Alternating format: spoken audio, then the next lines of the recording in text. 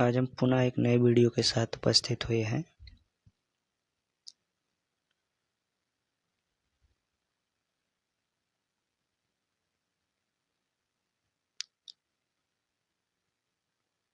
चलिए स्टार्ट करते हैं।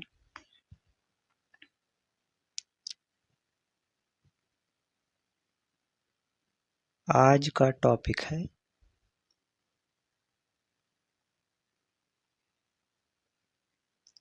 Chemical classification of matter. अभी तक हमने फिजिकल क्लासिफिकेशन के अंतर्गत उसके जितने भी सब कैटेगरीज थे सबको पढ़ा।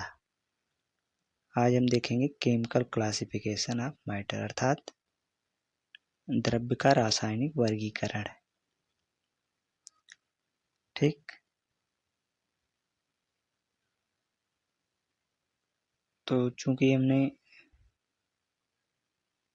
पिछले पार्ट में हम स्टडी कर चुके हैं कि मैटर के फिजिकल क्लासिफिकेशन उसकी फिजिकल प्रॉपर्टी अर्थात फिजिकल स्टेट पर आधारित होती थी। ठीक, उसकी भौतिक अवस्था पर आधारित थी। ठीक उसी तरह मैटर का केमिकल क्लासिफिकेशन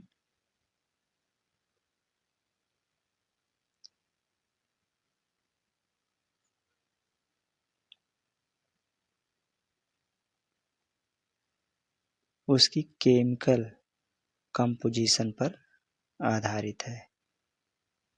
ठीक,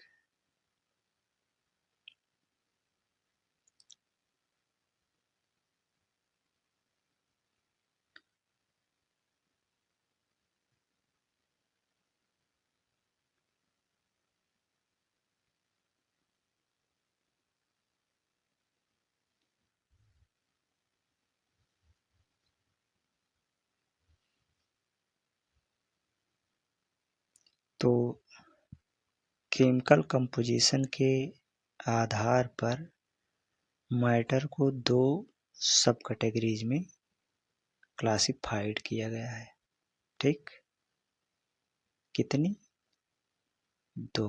ठीक, दो सब अर्थात उपवर्गों में वर्गीकृत किया गया है। तो वो कौन कौन से हैं दोनों?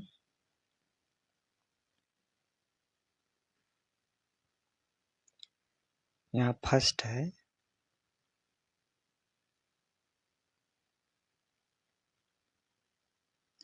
Pure substance. ठीक, यानी शुद्ध पदार्थ, इसको कहते हैं प्योर सब्सटेंस। और सेकंड है मिक्सचर अर्थात मिश्रण। ठीक, तो एक एक करके हम दोनों का विस्तार से अध्ययन करेंगे। पहला है प्योर सब्सटेंस अर्थात शुद्ध पदार्थ। तो ऐसे सब्सटेंस जिसे किसी भी फिजिकल या केमिकल प्रोसेस द्वारा किसी अन्य टाइप के मैटर में सेपरेट नहीं कर सकते, प्योर सब्सटेंस कहलाता है। समझ में आई बात? मतलब ऐसा द्रव्य जिसे किसी भी भौतिक या रासायनिक विधि द्वारा किसी अन्य प्रकार के मैटर में अलग नहीं कर सकते या मैटर के रूप में अलग नहीं कर सकते, शुद्ध पदार्थ कहलाता है। ठीक, प्योर सब्सटेंस को टू सब कैटेगरीज अर्थात एलिमेंट्स एंड कंपाउंड्स में क्लासिफाइड किया गया है। चार्ट में हमने दिखाया था ये चार्ट। ठीक, तो इस तरह से चार्ट में आप देख सकते हो।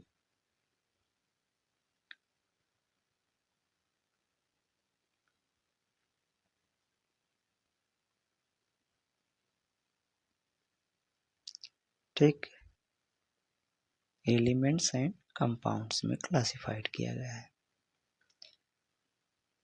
तो सबसे पहले हम यहाँ देखेंगे एलिमेंट्स। प्योर सब्सटेंस के अंतर्गत हम पढ़ेंगे एलिमेंट्स अर्थात तत्व। तो तत्व किसे कहते हैं? ऐसा प्योर सब्सटेंस जिसे ना तो किसी भी मेथड से बनाया जा सकता है और ना ही दो डिफरेंट प्रॉपर्टीज वाले मैटर में डिवाइड किया जा सकता है, एलिमेंट्स कहलाता है। समझ में आई बात? मिला के ऐसा शुद्ध पदार्थ जिसे दो या दो से अधिक डिफरेंट प्रॉपर्टी वाले मैटर में डिवाइड नहीं कर सकते या सेपरेट नहीं कर सकते, एलिमेंट्स कहलाता है। दूसरे शब्दों में कह सकते हैं कि ऐसा सब्सटेंस जो ओनली वन टाइप के पार्टिकल से मिलकर बना होता है। ठीक, मतलब एक ही प्रकार के कणों से मिलकर बना होता है, उसको हम एलिमेंट्स कहते हैं।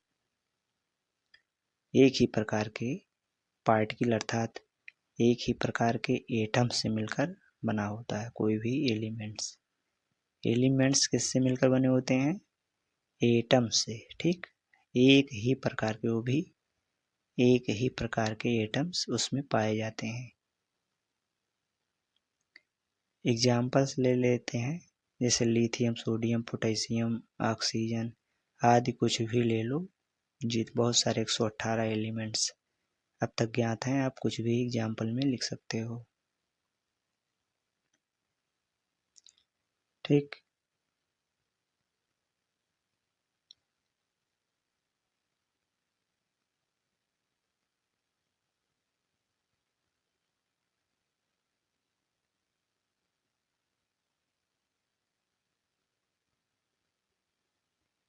अब तक एटॉमिक नंबर 118 तक के तत्व ज्ञात हो चुके हैं। ठीक, ये एलिमेंट से संबंधित कुछ बातें हैं, उसको भी जान लो। तो पहला पॉइंट है, अब तक एटॉमिक नंबर 118 तक ज्ञात हो चुके हैं। अगला है 92 एटॉमिक नंबर वाले एटॉमिक 92 एटॉमिक नंबर तक के एलिमेंट्स जो हैं वो नेचुरली पाए जाते हैं, अर्थात हम कह सकते हैं परमाणु क्रमांक 92 तक के जितने भी एलिमेंट्स हैं वो प्रकृति में पाए जाते हैं प्राकृतिक रूप से। अगला है शेष किसी न किसी मेथड से सिंथेसिस किए गए हैं, अर्थात वो संश्लेषित किए गए हैं। मतलब 92 तक के नेचुरली प्राप्त हुए हैं, बाकी शेष जितने हैं वो किसी न किसी विधि से संश्लेषित किए गए हैं। अगला है अर्थ क्रस्ट पर ऑक्सीजन सबसे ज़्यादा मात्रा में पाया जाता है। कितना?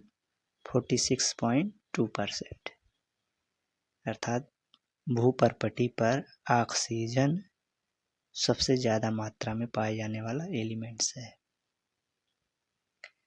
इसके बाद आता है सिलिकॉन। सिलिकॉन 27.7% के साथ दूसरे स्थान पर पाया जाता है। अगला है एल्युमिनियम। एल्युमिनियम 8.3% के साथ तीसरे नंबर पर है।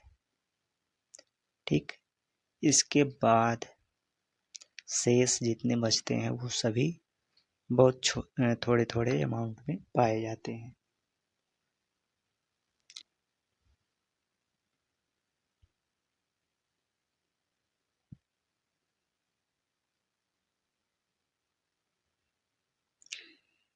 अर्थ मास का लगभग 90% पार्ट जो होता है वो only oxygen, silicon, aluminium, iron and calcium से मिलकर बना है। कितना परसेंट? 90%। पूरे पृथ्वी के द्रव्यमान का 90% जो है इन्हीं से बना। अगला ह्यूमन बॉडी का 90% part oxygen, carbon and hydrogen से मिलकर बना है। ठीक, ह्यूमन बॉडी का 90% पार्ट सिर्फ 3 एलिमेंट से मिलकर बना है कौन कौन से, ऑक्सीजन, कार्बन एंड हाइड्रोजन। ठीक,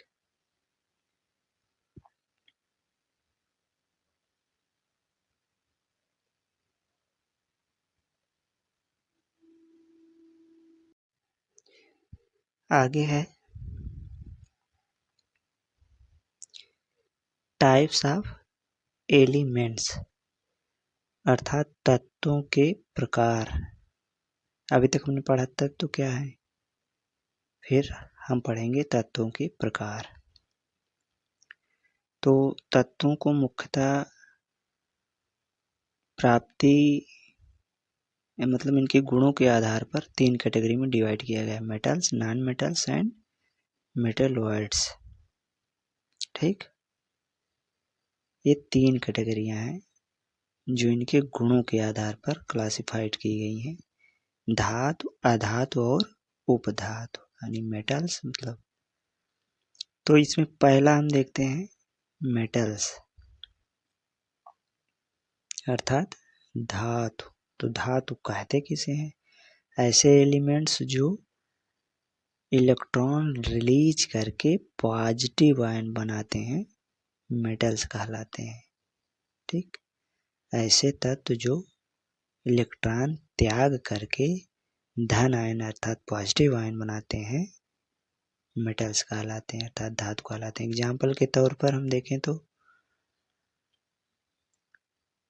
कुछ भी ले सकते हो, बहुत सारे हैं, जैसे सोडियम हो गया, एक इलेक्ट्रॉन त्यागता है तो इस पे 1 पॉजिटिव चार्ज आ जाता है। इस तरह से देखिए, एक इलेक्ट्रॉन त्यागने के बाद इस पे 1 पॉजिटिव आया। ठीक, इसी तरह से हम ले सकते हैं पोटेशियम। देखिए पोटेशियम एक इलेक्ट्रॉन जब त्यागता है तो इस पे 1 पॉजिटिव, जितना इलेक्ट्रॉन त्यागता है उतना इस पे पॉजिटिव चार्ज आता है, इतना ध्यान रखिए। इसी तरीके से कुछ और हम ले सकते हैं, जैसे मैग्नीशियम ले लो। देखिए मैग्नीशियम जो है 2 इलेक्ट्रॉन त्यागता है और इस पर 2 पॉजिटिव आ जाता है। ठीक, तो अपनी बैलेंसी के आधार पर ये त्यागते हैं, इसको आगे हम डिस्कस करेंगे, इनकी संयोजकता जब पढ़ाएंगे। ठीक, अभी हम यहाँ तत्व बता रहे हैं सिर्फ कि तत्व किसे कहते हैं। तो जो धन आयन बनाने की प्रवृत्ति रखते हैं अर्थात जो इलेक्ट्रॉन त्यागने की प्रवृत्ति रखते हैं उन्हें धातु कहते हैं। ठीक, इस तरह से देखिए ये इलेक्ट्रॉन त्याग करके पॉजिटिव आयन बनाए हैं। ठीक, तो इनके कुछ गुण होते हैं अर्थात प्रॉपर्टीज होती है, तो उसको देखते हैं। तो ये सॉलिड होते हैं। पहला है इनकी प्रॉपर्टी, रूम टेम्परेचर पर मरकरी और सीजियम को यदि छोड़ दिया जाए तो लगभग सभी धातुएं सॉलिड अर्थात ठोस होती हैं। अगला, इनमें मेटालिक लस्टर पाया जाता है अर्थात धात्विक चमक पाई जाती है। दूसरी प्रॉपर्टी है इनमें धात्विक चमक पाई जाती है। ठीक, अगला है ये हीट एंड इलेक्ट्रिसिटी के गुड कंडक्टर होते हैं अर्थात ताप और ऊष्मा के जो है ये विद्युत के अच्छे सुचालक होते हैं। ठीक, अगला इनकी डेंसिटी काफ़ी हाई होती है अर्थात इनका घनत्व जो होता है वो उच्च होता है। ठीक, इनका घनत्व कैसा होता है, उच्च होता है। अगला इनकी मेल्टिंग एंड बॉइलिंग पॉइंट्स काफ़ी हाई होती है। ठीक, इनके गलनांक और क्वथनांक, melting point and boiling point high होते हैं। ठीक, अगला इनमें इम्पैक्ट स्ट्रेंथ एंड डक्टिलिटी की प्रॉपर्टी पाई जाती है। ठीक, अर्थात इनमें आघात वर्धनीयता और तन्यता का गुण पाया जाता है। ठीक, अर्थात आघात देने पर फैलते हैं और खींचने पर ही फैलते हैं। ठीक, अगला जैसे मान लो आयरन, सिल्वर, कॉपर, गोल्ड हो गया, एल्युमिनियम, जिंक, ये रिप्रेजेंटेटिव एलिमेंट्स कहलाते हैं अर्थात इनको निरूपक तत्व भी कहते हैं। ठीक, अब तक ज्ञात एलिमेंट्स में अधिकतर मेटल्स हैं अब तक जितने भी एलिमेंट्स ज्ञात हैं उनमें सबसे ज़्यादा मात्रा किसकी है? मेटल्स की है, अर्थात धातु की है। ठीक, तो ये थे कुछ गुण, धातुओं के कुछ गुण, कुछ प्रॉपर्टीज थी। ठीक, तो अगला हम देखते हैं नॉन मेटल्स अर्थात अधातु। सेकंड है नॉन मेटल्स। तो नॉन मेटल्स कहते किसे हैं? तो इसका डिफिनीशन अगर हम देखें या डिफिनीशन हम कहें तो ऐसे एलिमेंट्स जो इलेक्ट्रॉन गेन करके निगेटिव आयन बनाते हैं, अर्थात इलेक्ट्रॉन ग्रहण करके निगेटिव आयन बनाते हैं, नॉन मेटल्स कहलाते हैं। ठीक, ऐसे एलिमेंट्स जो इलेक्ट्रॉन ग्रहण करके ऋण आयन बनाते हैं, अधातु कहलाते हैं। फॉर एग्जाम्पल्स,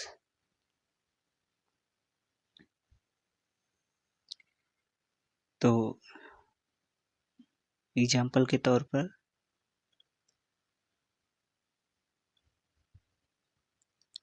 जैसे देखिए ऑक्सीजन हुआ, ये 2 इलेक्ट्रॉन गेन करता है और 2 निगेटिव बनाता है। इस पे देखिए 2 निगेटिव आयन आ गए, 2 इलेक्ट्रॉन ग्रहण किया और इस पर 2 निगेटिव अर्थात 2 ऋणायन चार्ज आ गए। इसी तरह से नाइट्रोजन हम ले लें, ये 3 इलेक्ट्रॉन एक्सेप्ट करता है और इस पर 3 निगेटिव चार्ज आ जाता है। अब ये सब इलेक्ट्रॉन जो एक्सेप्ट कर रहा है वैलेंसी के बेस पे है, जब आगे वैलेंसी पढ़ाएंगे तो उसमें समझ में आएगा किसकी कितनी वैलेंसी होती है। ठीक, और ये क्यों एक्सेप्ट करते हैं या रिलीज करते हैं। इसी तरह से देखिए फास्फोरस ले लेते हैं, ये भी 3 इलेक्ट्रॉन एक्सेप्ट करता है और इस पर 3 निगेटिव चार्ज आ जाता है। ठीक, इस तरह से बहुत सिंपल सा है। इसी तरह से देखिए क्लोरीन ले लेते हैं, क्लोरीन 1 इलेक्ट्रॉन एक्सेप्ट करती है और इस पर 1 निगेटिव चार्ज आ जाता है। ठीक, क्लोरीन 1 इलेक्ट्रॉन ग्रहण करने के बाद इस पे 1 ऋणायन के रूप में वो चेंज हो जाती है। ठीक,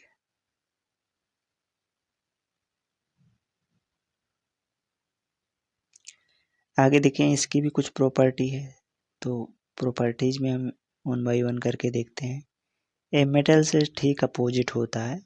पहला है सॉलिड, अर्थात जिसे आयोडीन, सल्फर, फास्फोरस आदि ले लो, ये लिक्विड ब्रोमीन ले लो या गैस, ये तीनों रूपों में पाई जाती है। मतलब ये ठोस, द्रव और गैस तीनों रूपों में पाए जाते हैं। अगला, इनमें मेल्टिंग मेटेलिक लस्टर नहीं पाया जाता, अर्थात इनमें धात्विक चमक नहीं पाई जाती है। ठीक, अगला है ये हीट एंड इलेक्ट्रिसिटी के नॉन कंडक्टर होते हैं। जैसे ग्रेफाइट को ये छोड़ दिया जाए तो ये ऊष्मा और विद्युत के कुचालक होते हैं। केवल एक है ग्रेफाइट, कार्बन का प्रूफ, वही विद्युत का सुचालक है। अगला है इनकी डेंसिटी काफ़ी लो होती है, अर्थात इनका घनत्व जो होता है काफ़ी लो होता है। ठीक, अब क्यों होता है आगे बढ़ाया जाएगा जब। ठीक,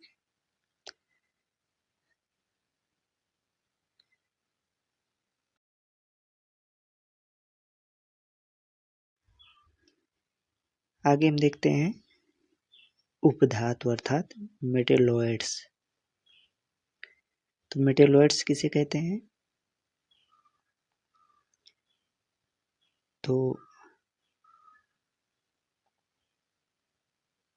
ऐसे एलिमेंट्स जिनमें इलेक्ट्रॉन रिलीज करने तथा इलेक्ट्रॉन गेन करने अर्थात एक्सेप्ट करने दोनों की प्रॉपर्टी पाई जाती है, उसको क्या बोलते हैं? मेटेलॉइड्स कहते हैं।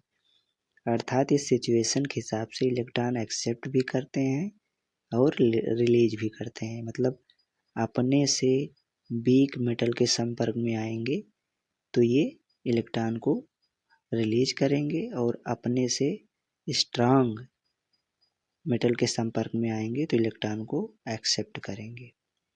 ठीक, अपने से वीक मेटल के संपर्क में आएंगे तो इलेक्ट्रॉन को रिलीज करते हैं, स्ट्रांग मेटल के संपर्क में आएंगे तो एक्सेप्ट करेंगे इलेक्ट्रॉन। ठीक, दोनों प्रॉपर्टी इनमें पाई जाती है। ठीक, जैसे उदाहरण के तौर पे फॉर एग्जांपल हम देखें,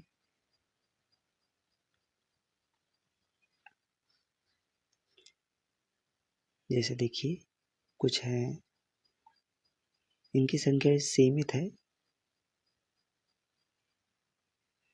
silicon, germanium, arsenic, antimony, tellurium, 5 हैं। ठीक, उपधातुओं की संख्या सीमित है, टोटल अगर हम कहें कि 5 ही इधर मेन है। ठीक, मुख्य रूप से 5 हैं, इस तरह से कहें हम। तो अगला है एलॉय अर्थात मिश्र धातु। मिश्र धातु किसे कहते हैं?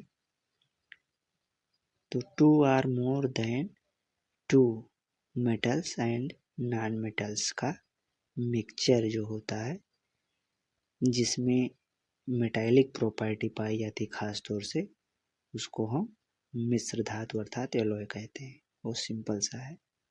ठीक, इसके उदाहरण में आ जाता है जैसे पीतल हो गया, ठीक, स्टील हो गया, तो ये सब मिश्र धातु हैं। ठीक,